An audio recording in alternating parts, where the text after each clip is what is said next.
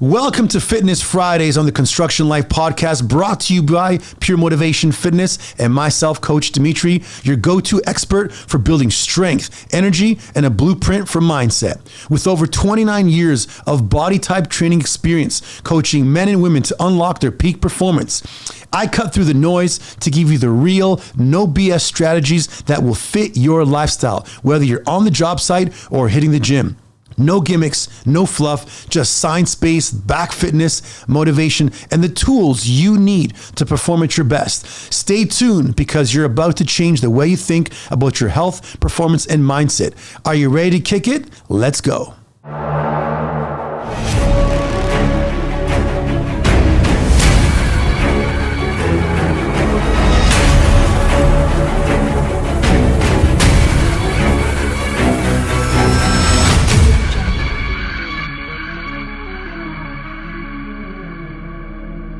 Welcome to another amazing episode of Fitness Fridays, brought to you by Coach Dimitri and Pure Body Type Training. I'm here with Manny in your amazing Construction Life podcast, Man Cave here. It's the Fitness Fridays Man Cave now. That's what right, it is. bro. A whole new series that we're working on where we're going to basically help tradespeople, men of all ages, but we know you guys, 24 to 45. We know you guys, and girls. We're going to talk about women as well. We have to. They're part of the industry, right? So, every episode is going to be about issues that are going on with our bodies, inside out. Simple as that, man. And I think we're doing this because we want to remind people that you don't just have to be fit if you want to live a healthy lifestyle in the corporate world. You don't just got to be fit if you want to be a fit parent. You got to be fit in whatever realm of job you are. And especially if you're in the trades industries, man, you're using your body like an Olympic athlete. Yep. You're just doing repetitive movements on a day-to-day basis. And what I really, really enjoy about being able to be here and spread this is because anyone listening right now that's roughing in a wall, or anyone that's, did I even say that right? Can you rough in a wall? Yeah, swinging a hammer. Anyone swinging a hammer right now listening, you can actually take action. And if we give you some tips here, you can actually go home and take action on small baby steps, get your wife involved in your family, and actually change your lifestyle from listening to this podcast. So what I love, Coach, is this show, it's about little problems that we all have, for the most part, ignore, and how they become big problems. And I want to start the show just by sharing a little story of a friend who was having difficulty just walking around. He was just ignoring the little problem. You got it. And then all of a sudden he discovered that he had a wound on one of his feet, the soles. Pretty normal. And dry skin turned into a wound, wouldn't heal. Ignored it for months and months and months, got to the point where it went to the hospital. And then the conversation about amputation came up. He's got to have something issues with type 2 diabetes. That's when I first talked to you about it. That's the first thing that you said. Right. And sure enough, it was actually connected to that. Then you start discovering really quickly that if you have some sort of diabetic issue attached to your glucose, body, you're not, the blood vessels are not going to the wound, which actually you require to heal the wound. So he's been full of glucose. It's taking care of the wound, but he's been going for 2 months plus now to take care of the wound on a daily basis. He's on every other day now, but conversations of amputating the toe led to possibly the foot. Oh my goodness. And I'm like, and he's a 50 some odd man, and he never thought that would have been a whole part of the thing. Now it's bouncing back, which is great, but it doesn't get rid of all the future problems. He has to be aware of all this stuff. So that's why it got me thinking when you asked me, what do we want to talk about next? I said little problems that we ignore because we're stupid, stubborn men at any age. 100%. And how they become a big problem. And just the thought of like, listen, you could lose a toe, you could lose a foot from this. And this, like you said, and I've spoken to other people too, it's a common problem. Of course, man. Of course. And people don't pay attention to it. The title of this podcast is Small Injuries Today, Big Problems Tomorrow. Yeah. And the main thing we have to remember is the body we have is a gift from whomever you believe in religiously gave it to you. But for me, it's God. And whether you're in the trades, whether you're in a corporate downtown office, doing whatever it is, whether you're, an artist, you got to take care of your body. And for anybody listening right now, it starts off with understanding that there's no more excuses. Yep. I made a really cool post 2 days ago. When a boy becomes a man, it's when he realizes that no one's going to come fucking save you. Nope. You're on and your we got to be, you know, on our own to do this. So it's up to you to actually make the decision to do it. I mean, you can rattle your brain over and over and just try to motivate yourself to do and talk and like until you do it, nothing's getting done. And, you know, we're talking about everyday aches and pains. We're talking about tightness that workers brush off, you know, not realizing that it's the early signs of bigger problems that are coming. Okay. And you know that by addressing these warning signs early, you avoid consequences later on in your lifestyle. Right. How many grown adults wake up with stiffness from their bed, from sleeping, then they get their day started. Then they hop into their vehicle to go to work with stiffness. Then they get out of their vehicle with stiffness. Then they spend the entire day with stiffness. Why is that happening? Where's the stiffness coming from? The stiffness is coming from one, depending on if it's bone, joint, or muscle related. Let's break that down. So one, if there's stiffness because your bones are getting weak, that's going to feel a little different. I feel sometimes either when it's really, really cold and the weather changes, and anyone who has arthritis here would understand it, or when it's really, really hot, and people who have, you know, rheumatoid arthritis, your joints start to swell up in the heat and then they compress in the winter. Yeah. So typically when you have joint wear and tear, it's because there's overusage of the joint, there's no strengthening of the joint, and then let's be realistic, bro. You are what you eat.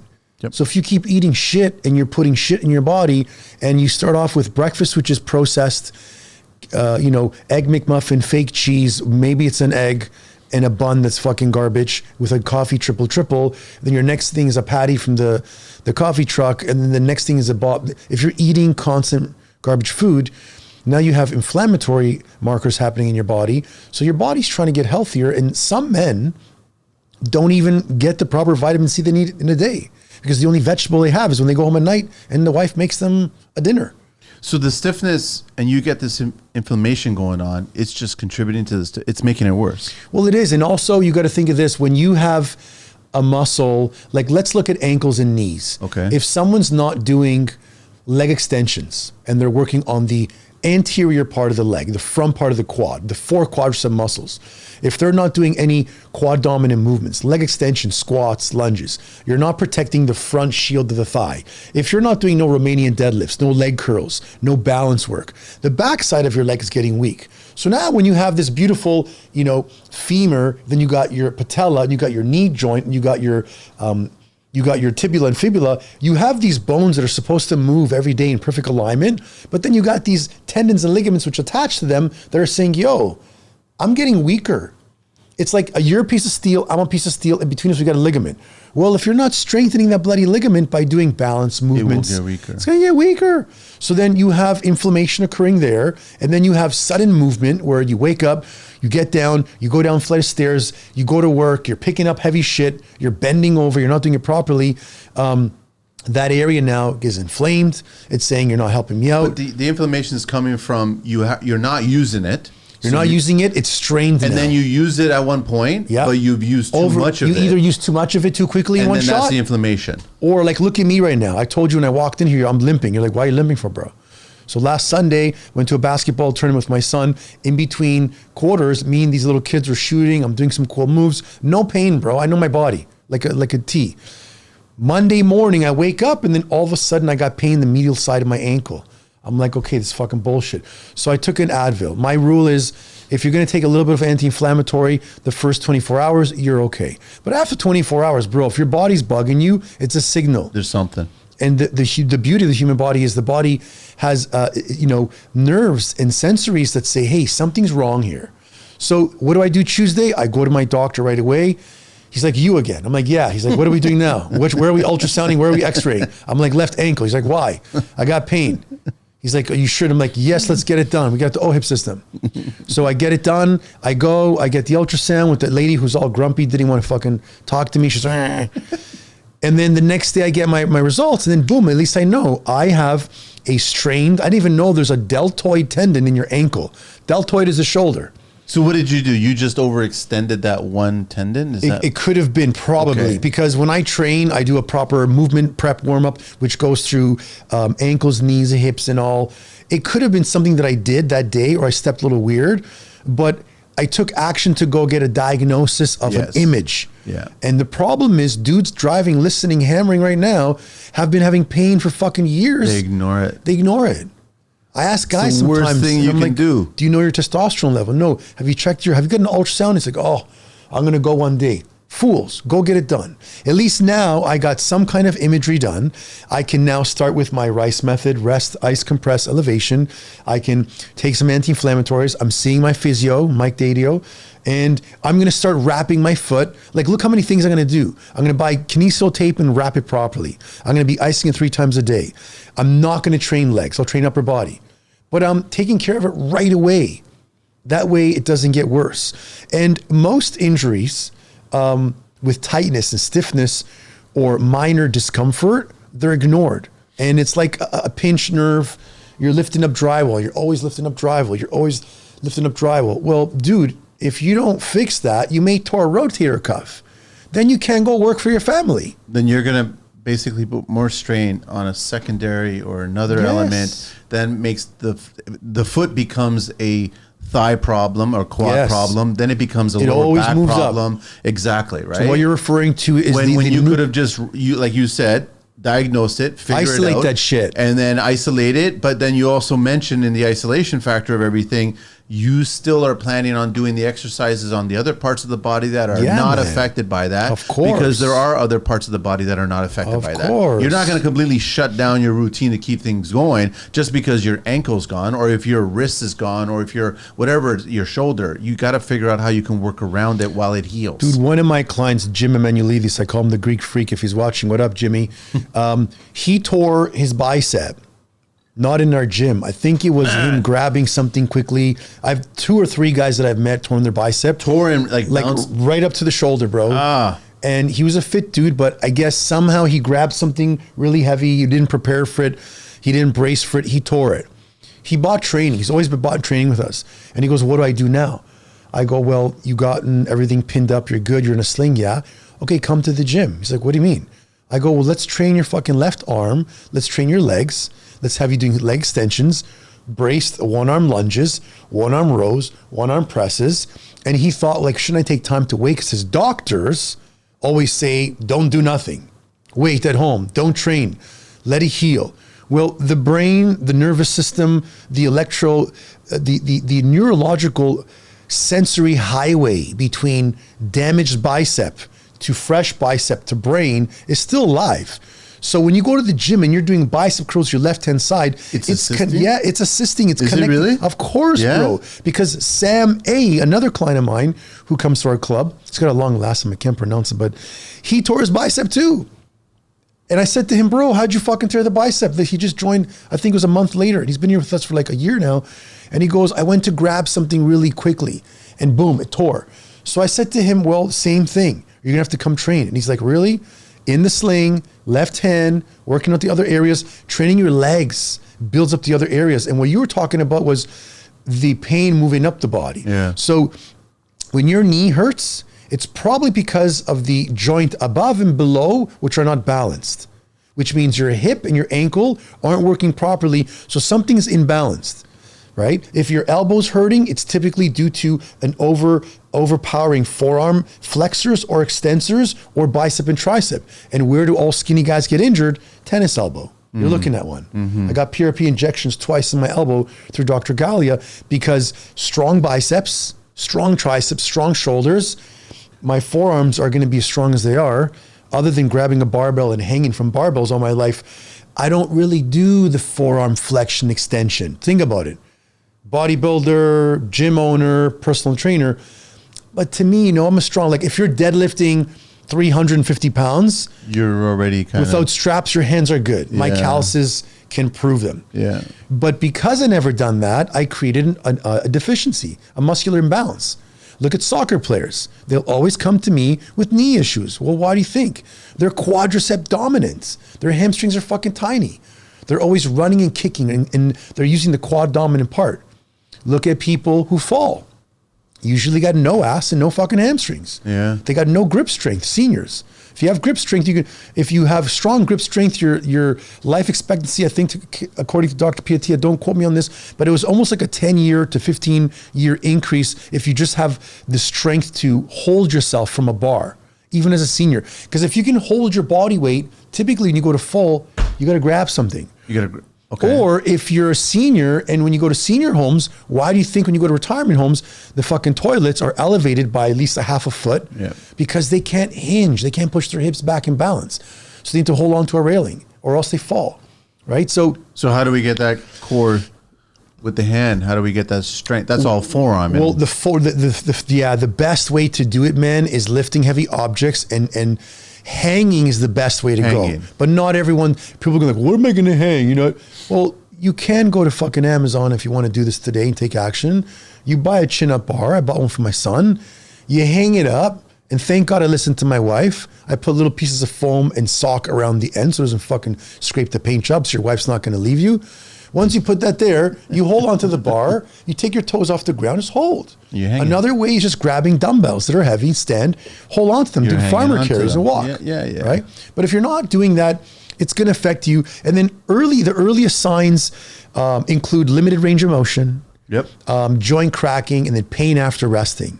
So joint cracking? Yeah, man. Your hair, like, really? Yeah. I'll tell you this, and for all the viewers watching, you're going to think, he must be like in bad shape.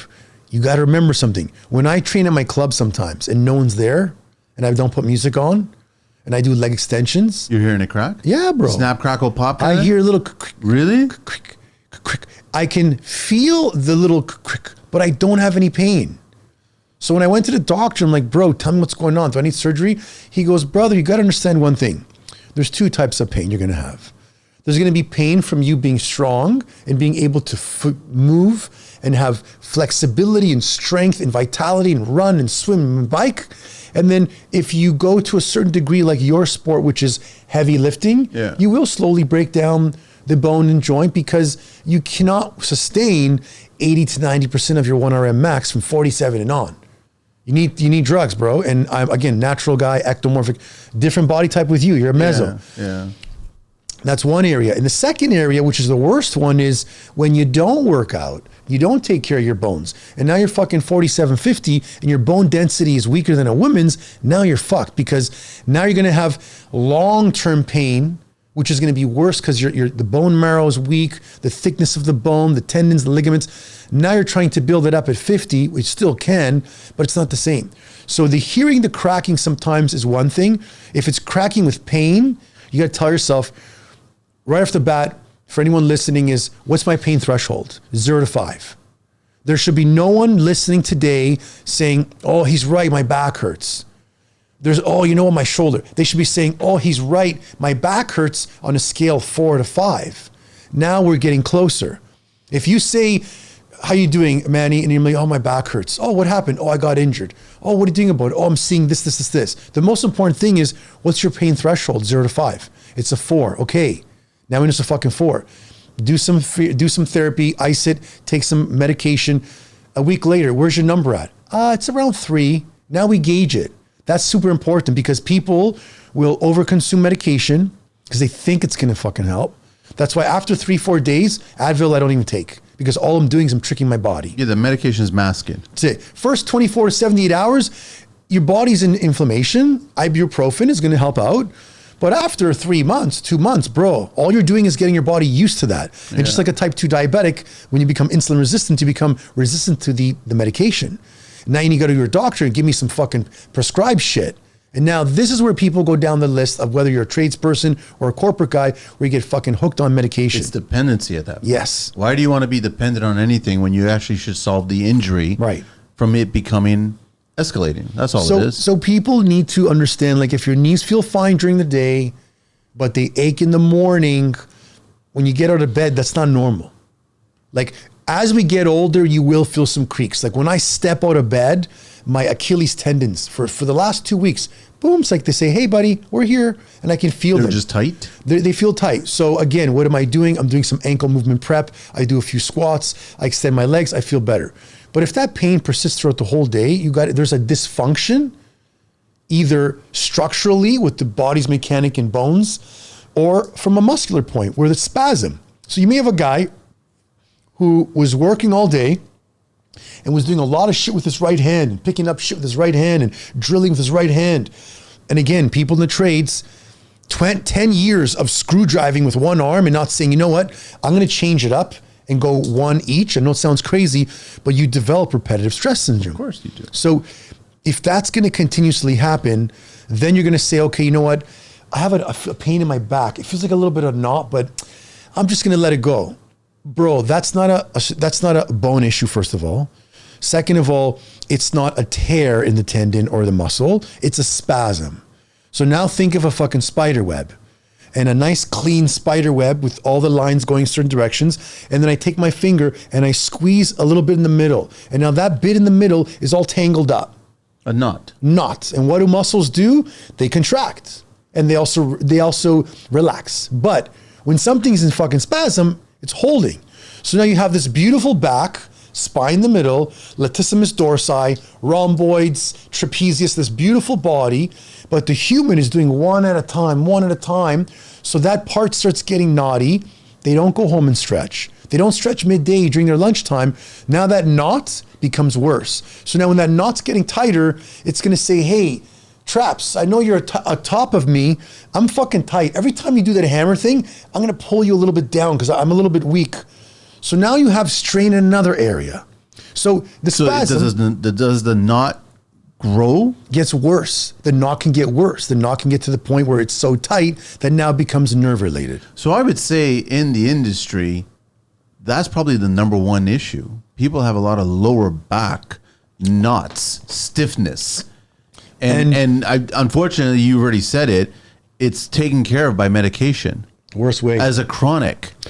But that's not what you want to do. You can fix this other ways, right? The soreness, I put here, soreness fades away in a couple of days, but the ache lingers for weeks after you move on, right? And a stat here, according to the OSHA, over 33% of construction worker injuries are musculoskeletal disorders, many starting from minor discomfort that goes unaddressed, right? That's from my first point. And again, it's like a crack in the Titanic, bro. How did that thing sink? It was the biggest thing in the world. It hit an iceberg, a little bit of water, it grows, boom, sunk. So if people think of their bodies as a mechanism, a machine where you have, okay, I'm a drywaller. I love my job. I love my profession. I'm a painter. I fucking paint these big ass homes and my team goes in, we make big contracts, we get cash money and we do whatever. But bro, my right shoulder has been doing this for years.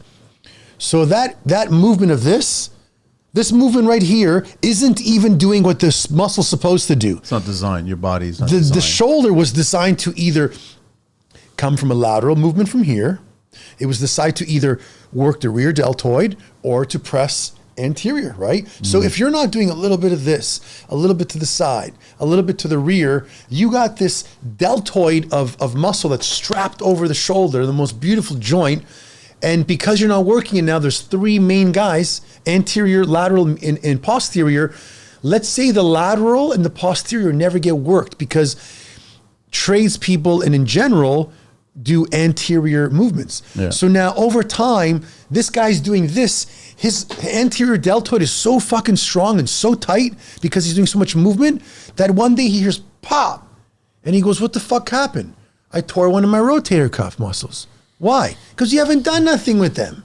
So it's like, I'm hoping you guys can look at me as a ball breaker, but also as a savior in a point, because you can hear my tonality. I'm getting pumped up because we do not have to have this lifestyle. So how do you prevent that? You prevent that by actually making the other muscles around the potential problem muscle stronger. You got to activate them. Yeah.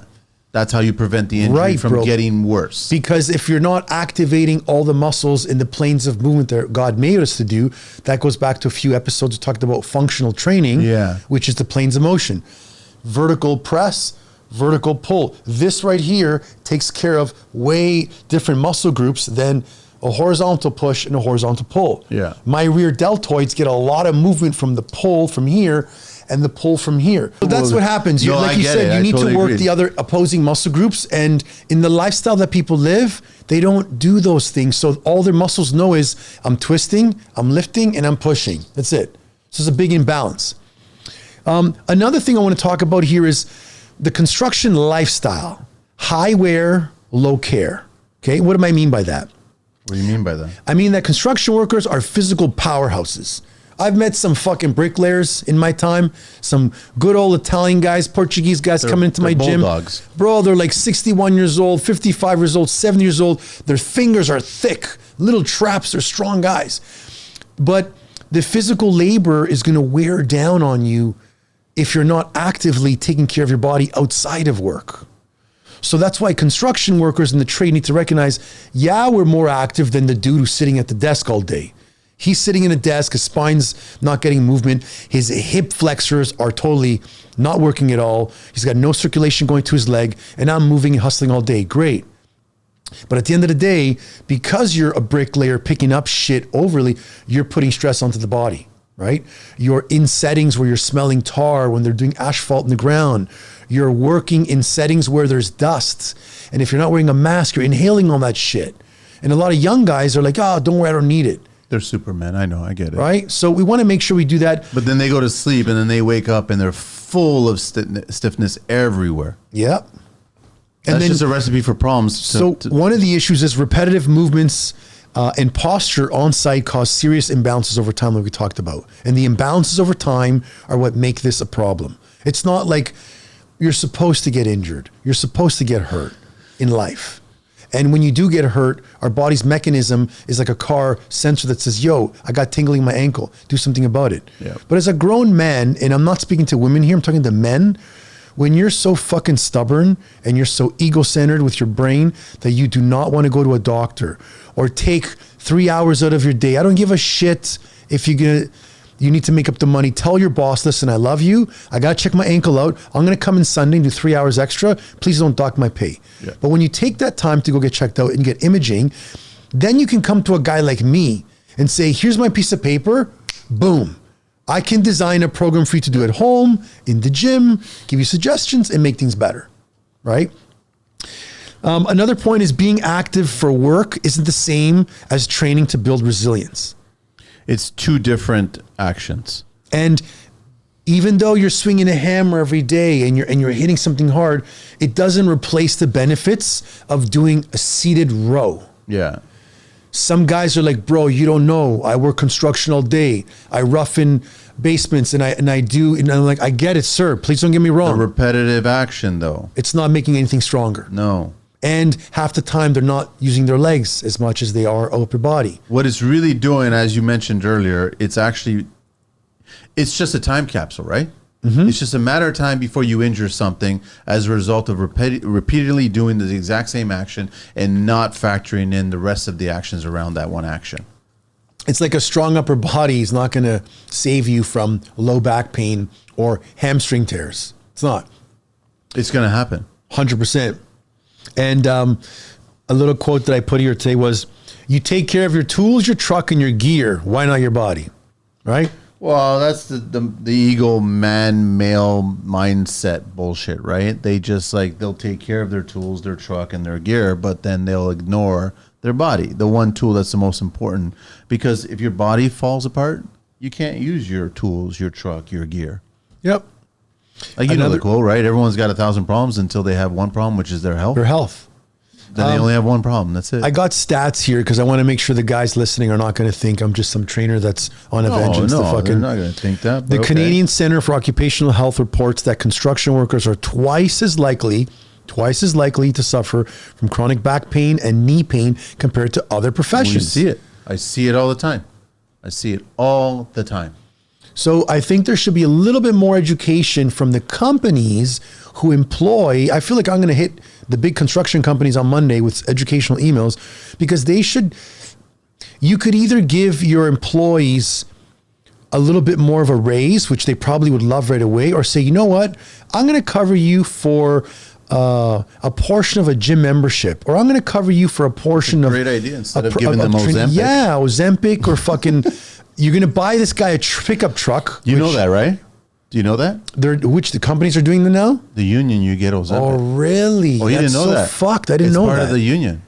Wow. You can get weed, Ozempic, and the third one. That is unfucking believable. Yeah, you have a certain allowance every year to get it.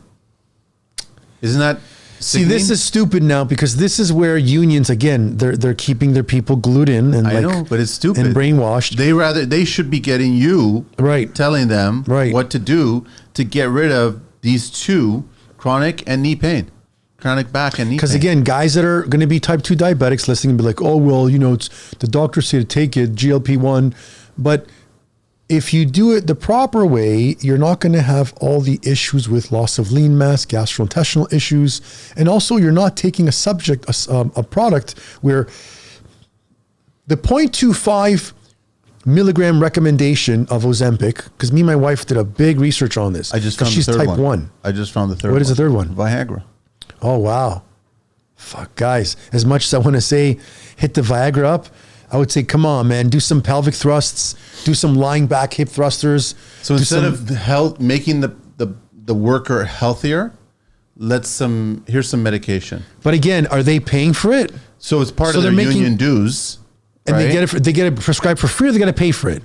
They don't pay for it. They get a certain allowance. I heard there's got to be, they make some fucking money from it. $1,500 worth per year. Wow. Instead of giving them a gym membership allowance or a personal trainer, you got to hire a legit trainer. It's a good point, D. Like, honestly, would you rather as a union worker be given an allowance to go to the gym, so it's part of your dues and they give you an allowance, or would you rather the Ozempic and Viagra and weed? Wow. And I think, honestly, just from the face of the union industry, I would just look at it and I go, I think they're going to take the three.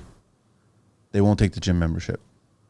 And that's like a quick fix culture is what I'm talking about, a Band-Aid solution where we've normalized. I didn't know this until today. Oh, I learned that recently. They've normalized this now.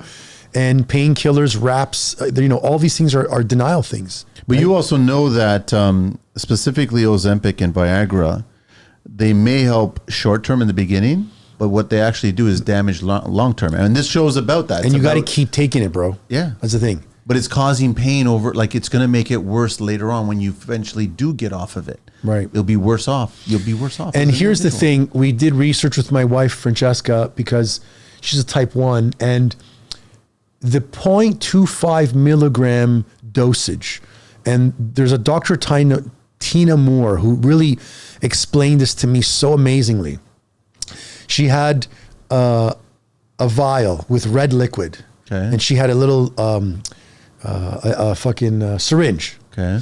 And she went in and she pulled the syringe and she pulled 0.25 milligrams of the Ozempic, of what the dose is that they would prescribe for type 1. Because with a type 1 diabetic, their body's not producing as much insulin or just doesn't produce at all. And the GLP-1 factors of this product help assist in telling the pancreas, hey, you should try to assist a little bit more or assist in the process. So by giving them, she goes, when I prescribe Ozempic, it's a 0.25 milligram for type 1s, it's such a small amount that never gets changed where you can gauge it to see if it's going to help you out with your insulin resistance. But they said, with your insulin not being produced. But she says lifestyle factors are what naturopathic doctors and holistic nutritionists will recommend versus a doctor who just says, take Ozempic. And with Ozempic, when you're starting with it, it'll go from a 0.25 milligram beginning dose, but then they go to 0.5, 1, up to 2.5. And then she showed the regular dose, which was that big, full of red. And she goes, this is what they're giving people with type 2 to lose weight. And that's the fucking problem. Wow. And it's within a 5-week period. So they ramp you up. It's like me giving you and this guy testosterone today. If I give you guys 1 cc a week for 5 weeks, it's 1 cc. If I gave you 1 cc for 6 to 7 months, and I kept it at that, and bodybuilders will do 4, 5 cc's. Like instead of 100 milligram, they'll do 500 milligrams to get jacked. If I gave you a tiny amount for a long period of time, you will still have risks of testosterone, but it's such a small amount that the risks are not going to grow. What do meatheads do? They fucking start shoving themselves 2, 3, 4, 500 milligrams. So with people who are taking Ozempic or the other drug to lose weight, they're just pumping big dosages. All these actors and shit that you see that are getting skeleton face, They look weird. they're just taking so much of it. And then the body goes, yo, you just gave me all this dosage for months now. Now you're going to stop it? I'm going to gain back the weight. I'm going to make the hunger that slows down and the fact that they lose their appetite and they're on a caloric deficit, go fucking work out. Do the same shit and work out and lift weights. So It tricks the mind, it right? tricks That's the what it mind, does. bro. And after it's like even... When you stop, though, that's exactly what happens. You just regain everything. Yeah. And again, because your lifestyle doesn't support it. So her thing was, again, for type 1s, and we're even thinking about, we're going to speak to a few more specialists to see if it's possible, because type 1 and type 2 are night and day differences. But limping to avoid foot pain, like right now I'm starting to limp a little bit, but if you limp to avoid foot pain and low back pain over time, it's going to get worse. And that's why when my wife's like, how long are you going to be like this? I'm like, it's a weekend. I can't get a physio appointment today. I'm going to go Monday, Tuesday, Wednesday. It's already starting to feel a little better because I've stopped doing a lot of things that I usually do, even with my walking pattern, stepping with my left foot, going with my right, but I'm icing it, I'm wrapping it. I'm taking a little bit of Advil. I'm going to get some ART massage as well, but they need to make sure that they take action for it. But isn't it funny that the go-to that most men would do is how to figure out how to still move forward around the pain instead of solving I love the that you pain. brought that up, bro. What are we going to call that? The Neanderthal mindset? You know what I mean? Instead of actually addressing the pain, Going to a doctor. solving it, heal it. No, I'm gonna wear tighter shoes, or I'm gonna wear Band. I'm gonna go to Shoppers and buy a knee brace. Yeah, or Or a something. fucking. When I see guys wearing the forearm straps over their elbows, I say, sir, why are you wearing that? Even in public, if I'm at Shoppers and someone's buying them, sir, don't mean to intrude, but I'm a coach. Can I ask why you're wearing that? Oh, it helps with the pain. I'm like, have you gotten any imaging done yet?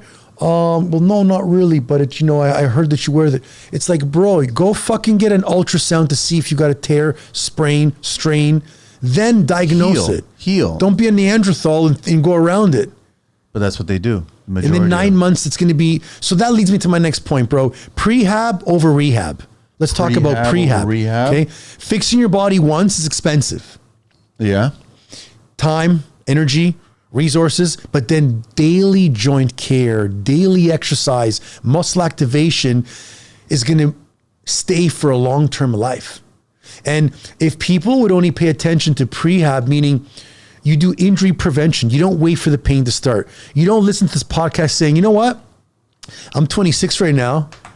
I'm not married, got no kids, got a good job, make some good coin, got a nice car, got a beautiful girlfriend. I travel, I'm banking money away on the side. Hopefully you're banking some cash aside, but I'm okay. Versus, you know what? I'm going to start now getting into training, lifting, planking, because I'm going to prevent it from happening later on when I'm 37, 47. Right? And that's sometimes the problem is people have very small vision. Their window is narrow versus looking for further term. And examples like incorporating shoulder mobility exercises into your routine. One of the easiest ones that I keep teaching you every time I come here and your viewers is the ATWIs. Yep. I remember that. Hands to the side of the edge of your seat. You can do these fucking standing. You externally rotate your hands. You're mimicking the letter A. You're retracting your scapula. You just feel good by feeling all the muscles in your shoulder tighten up. Hands to the side, the letter T's.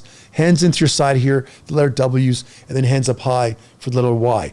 That's a simple movement you can do 15 times a day. So as soon as you wake up in the morning, You wake up in the morning, you're about to wash your face, just boom, boom, boom, boom. Brush your teeth, boom. You go to work, you sit at the edge of your seat, your neck's tight, ATWI, boom. You're driving, you get out of your car, before you go get an espresso, you do a few movements to warm up that area so you're going to be stronger. Mobility drills and activation work.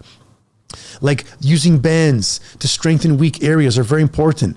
People that are busy and are elderly, if there's any gentlemen on the show listening who are in their 40s and older, they may say, well, come on, Dimitri, I'm older. I got 3 kids. I'm paying for university. I don't got time to come to the gym. that's just a previous show that we talked about excuses. Yeah, get a fucking That's all band. that Go to is. Amazon because you're going to buy a nice drill and your drills cost a lot of money. Yeah, I speak to some dudes who have tools and like, oh, this was $2,000 and my tool case is worth 10 grand. Bro, your back's fucking, you're wearing a strapper on your back. You got your knees strapped up. You're popping pills. Fix your body. So doing small movements with bands, getting a coach to help you out. But 10 minutes a day can prevent 80% of injuries. Yeah. That's just the bottom line, right? A quote I got for you is the Journal of Orthopedic and Sports Physical Therapy states that routine mobility work can reduce the risk up to 45% in active individuals over 35. Why are we saying 35? Because you can be saved by the grace of being young from 18 to 25, 30. You can get away with repetitive stress syndrome because you know why? You can heal fast. You can heal fast. Get that Wolverine method. Yeah. But it's because you weren't really a real person until you were, let's say, 20. Your teens, you're still a teenager. So from 20 to 30, you're actually, becoming a man. Bone-wise, we stop growing bones around 21. Okay. So from puberty 21, your bones stop growing. Muscle maturity kicks in from 28 to 38. So even when as high as 38. Huh? Yeah, bro. Even when guys are I want to get big and strong. And I remember idolizing guys when I was a teenager, and I would always ask one of my buddies, bro, how do you have veins all over your arms? I was in grade 5 or 6. And I remember constantly asking him he was in grade 7, and I was infatuated, look at this guy's arms. And he's like, I don't know what I do, bro. And then I just realized that as you get older, based on your body and your lifestyle, you'll be vascular and you'll be strong.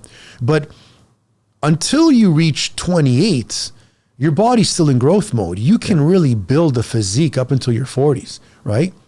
And it's an easier way to stay strong than it is to bounce back from a fucking broken injury. It is. Right? Your body now is going through so much turmoil and bullshit, and it's happens. It's going on 5 months now. It's going on 5 months. And all he had to do beforehand was just train and get stronger, right? And just prevent that. That's simple as that. But now he's got to deal with it because it's a major issue. And then lastly, I think to tie up this episode so people don't think I'm rambling on is you got to know when to train through it versus when to stop. Okay, it's very important. Yeah.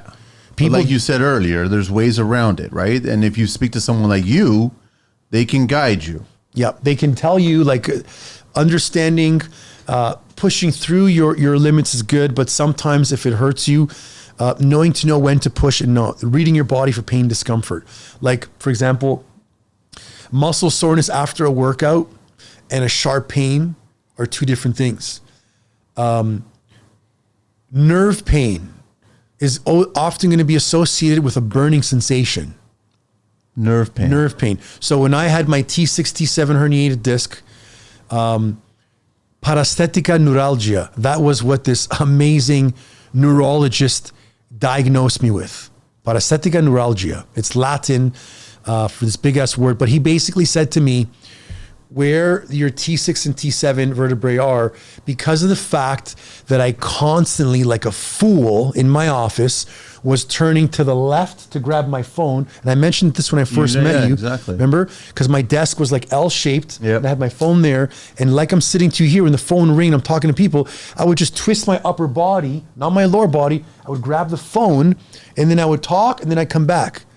And I went to so many different doctors. I got a CT scan. I got two nerve blocks. They actually put two, almost what do you call those needles that women get when they're pregnant in their back? Oh, epidural. It's like epidural in your spine. Really? Yeah, bro. I had to go, and they put in a certain chemical where it kind of relaxes the area, the nerves, a nerve block. Okay. Because my pain was fucking bad, bro. And this was It was a sharp pain, or it was burning pain. A burning pain. This happened when Milena was born. She's 18 now, so 18 years ago, because when I was trying to put her to sleep, holding her like this would kill me. And I'm like, I don't get this. Putting her in her crib would just burn me. Doing dishes would kill me. So what happened was that bit of herniation that was happening from that fucking repetitive movement was tapping on the thoracic nerves. And if you understand nerves, the cervical nerves, they start from the top of the spine and they go down the head and they go right down the elbows to the fingers. So if I whack you hard and I hurt your cervical area, you may get numbness in your fingers and your elbows, right? That's from the cervical spine. The thoracic spine, the second beautiful part of your spine, those nerves wrap around your ribs. They wrap around your body. Okay. So when I hit T6, T7, those guys wrap around. So if you think of spine, scapula, the two shoulder blades, and then the nerves going around. Because it was tapping into that nerve on my left-hand side, it was stopping right in front of my scapula, and it was just like damaged area. And now that area, he said to me, there's no real cure because it's almost like phantom limb syndrome. When someone gets amputated and they feel that pain still, there's no fucking limb there. So for me, my body, when I don't train, when I sit a lot, when I fly to Greece and Italy every year, if I don't work out for 4 or 5 days and do my thoracic extensions, my book openers, that part gets back into the same area, that weakness, and then I get that tingling pain. And it's a burning pain. It's like you having a lighter to my back, and it's like, versus you were hammering all day or doing chest and back, and you're like, oh, my entire chest hurts. Well, it's beautiful for you to feel pain from all the insertion points. If someone's listening, think of me taking a knife, sticking at the top of your sternum and going right down the middle of your body, and then going all across your chest to your armpit, and then ripping from your armpit to the top of your neck where that collarbone is. If that's the pectoralis muscle, if all of that's hurting, you did a great job, because that's what we want. We want all the muscle fibers to work in one motion. Yeah. When it hurts in one spot, that's a dysfunction. That's a problem. So if you were to go to work and do, like when I shovel the snow sometimes and I do like 100 to the left, 100 to the right, the next day I feel sore in my back, but I was doing both movements. If you have only one side of your body hurting, that's a dysfunction. It's an imbalance. Got it. And that's where you got to know, like, training around an injury instead of stopping altogether. So until things But most people choose to stop altogether. Because they listen to their doctor, man. And the doctors, like, don't get me wrong, doctors are amazing. Dr. Saman Raghazi at my club, you got to see this guy. Built to shreds, 8% body fat. But he's one of the younger generation doctors that trains, that eats healthy, that is understanding. A lot of doctors will just say, take time off. But medicate, take time off. You don't take time off an injury because your body's saying, please help me. That's why there's personal trainers, there's physiotherapists, there's chiropractors to go get that professional, work done. And there's really a thing where you got half your body's injured and you can't use it, and you're using the other half. That other half that's still viable is going to help. So important, yeah. Really, huh? Yeah, because you're keeping your immune system going. When COVID fucking kicked in, we got to stay inside. But why weren't they saying to us, okay, we're Canada. That's a whole Here's a total body workout. Here's fucking vitamin C, turmeric. It's an immune attacking virus. Let's build the immune system. So our bodies need it. Because when you, like with me, fully fit guy, but when I don't work out and I'm sitting in a plane for many hours, that burn kicks in. And it comes every year that's why before I go to away, I'll do a foam rollout movement the night before. I bring my foam roller with me in my luggage. As soon as I get off the plane and I get back to our hotel, bang, I foam roll myself. And for anyone listening, go buy yourself a foam roller. I'm not sponsored by anybody, but it's the cheapest, most effective way. I'm thinking about it now for the tradespeople, a lacrosse ball and the foam roller. Next time I come up, I'll do an episode and I'll share with you guys, or I'll record one. I'll put in the show notes. I have in the show notes. I already made one on YouTube. I'll put in the show notes. But the foam roller is the best because when you sit back at the end of your day and you lie on your glute, you can foam roll your low back. And think of getting a masseuse for free. So what are you doing? You're putting the foam roll underneath your low back? Yeah, and there's a sequence. You go first, you go over the low back and you can roll a certain degree, right? Because if you roll too much, you put too much pressure on the side. Then you roll to thoracic spine. You lie midway, you open up your back and you can feel that increased range of motion. Then you roll out your glutes and your ass and your lats, and it hurts. Like when the most delicate muscles to work are going to be the latissimus dorsi all the way down to the side. They kill. Chest is okay. Glutes we should do. And what you're doing is you're creating myofiber contractions. You're think of it this way. If you're going to have a sprinter sprint, and I take our editing videographer or you sprint, and I say, ready, set, go. When the sprinter sprints, because he's trained on exercising, strength training, powerlifting, myofascial release, foam rolling, when he says go, all the muscle fibers in the glutes, in the hams, in the quads, they fire. It's like a machine. Wham, wham, wham. Cylinders in the car. What if I tell you to do it now and you've got already a fucking stiff, sore spasm in your glutes, your back?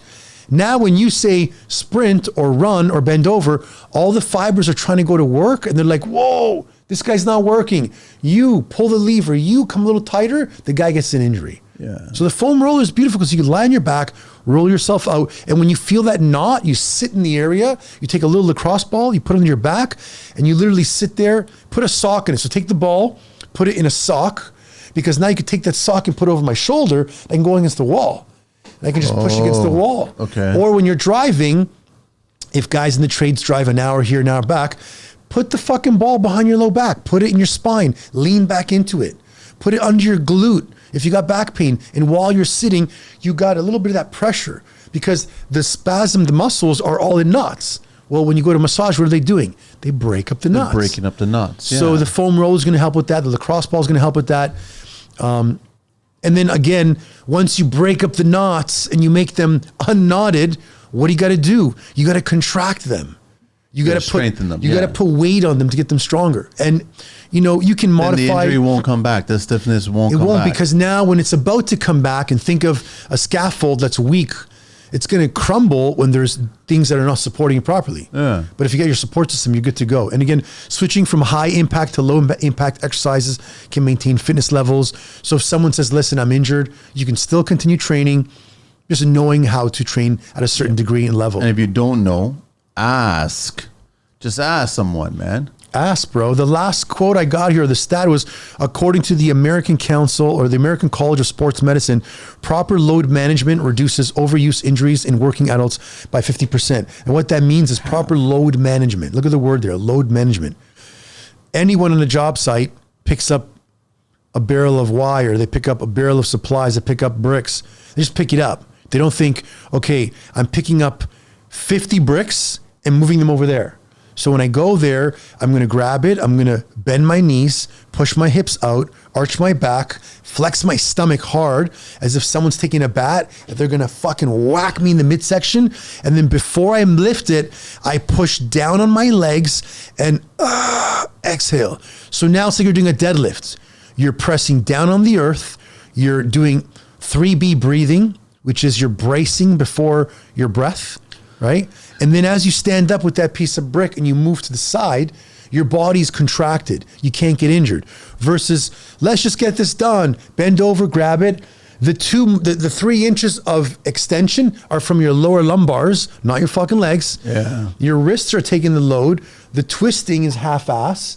That's how you get injured. So load management is super important. And you know, you can't really, you want to tie this episode and give people the opportunity to know that there's so much knowledge coming out, especially from these messages, that if someone listens to episodes we did 1, 2, and 3 and doesn't take action, I hope when they get to this one, they're like, okay, you know what? I'm getting free resources here. Yeah. From like a fitness professional. I'm getting it from Manny with all the professionals he brings on board. You got to take action. Yeah.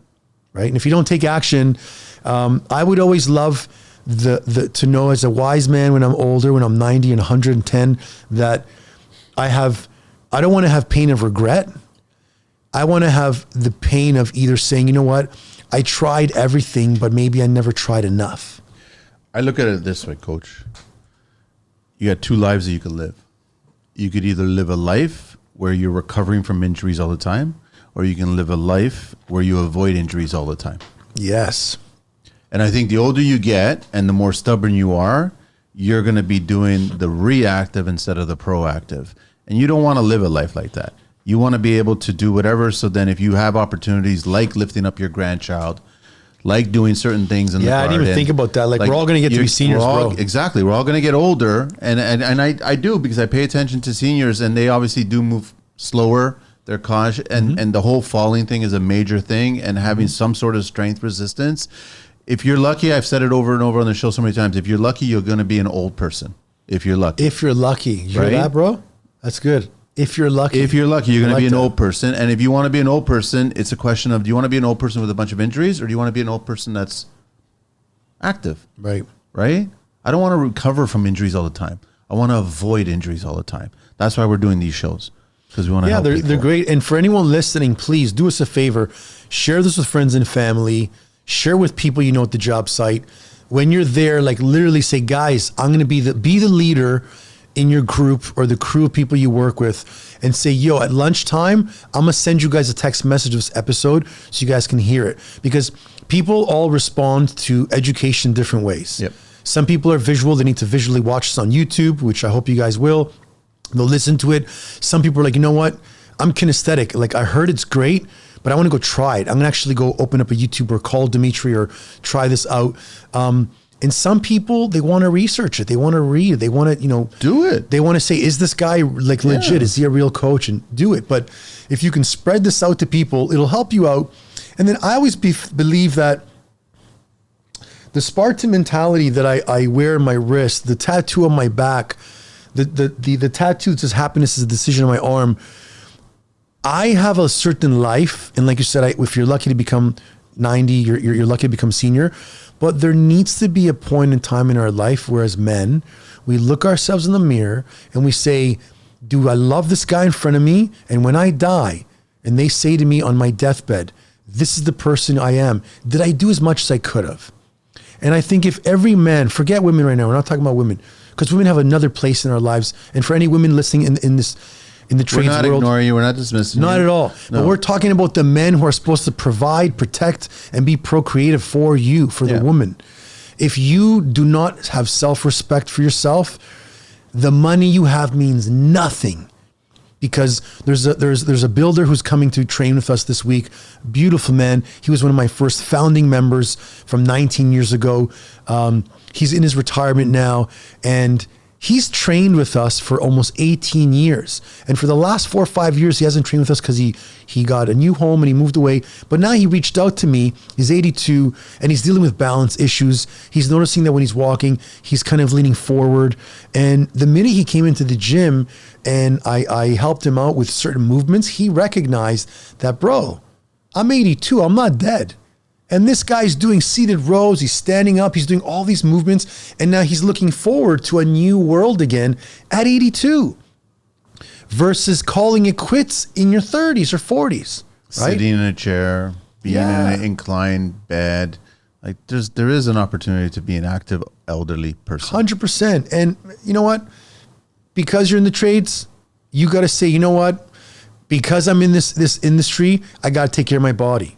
My daughter, today we went to York University for her orientation day, and I couldn't believe it. It's like, wow, this is finally happening. The teachers, I asked the teachers, listen, are you guys going to teach these kids business lessons or something? Because they're going to graduate with all this knowledge and they're going to be bookworms. Yep. And I already told my daughter, you got to be an entrepreneur from now.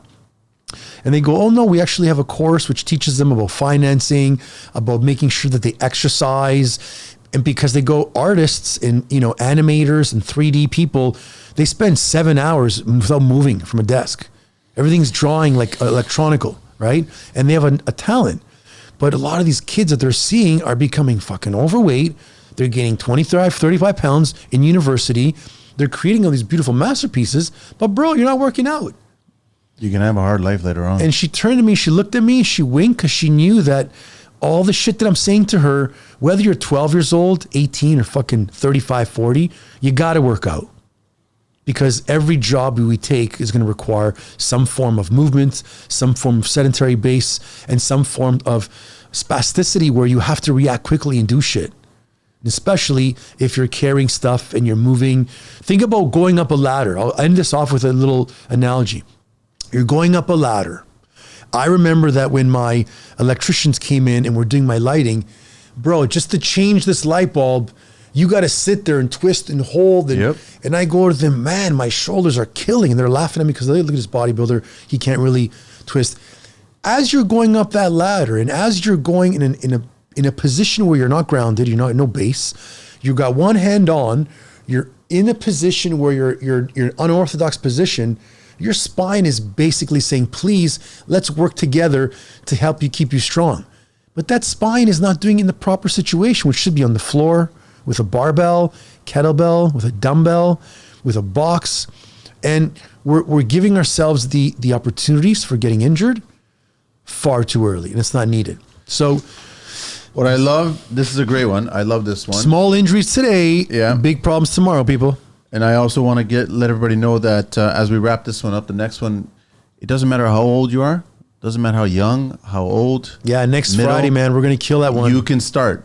You can start, and then you can find the best physical and mental health years of your life. Yep, there's no age category. There's no age. There's no, and you shouldn't be giving yourself. My mom's 78. She's a beast. Yeah. So there's no age. So then we're going to show you, we're going to talk to you, we're going to let you know that you can start and find your best physical, mental health ever. Yeah, man. Tune in on Fridays because we're going to be doing this on a regular basis. Awesome. That's it. We're out of here. Welcome to Fitness Fridays on the Construction Life podcast, brought to you by Pure Motivation Fitness and myself, Coach Dimitri, your go-to expert for building strength, energy, and a blueprint for mindset. With over 29 years of body type training experience, coaching men and women to unlock their peak performance, I cut through the noise to give you the real, no BS strategies that will fit your lifestyle, whether you're on the job site or hitting the gym.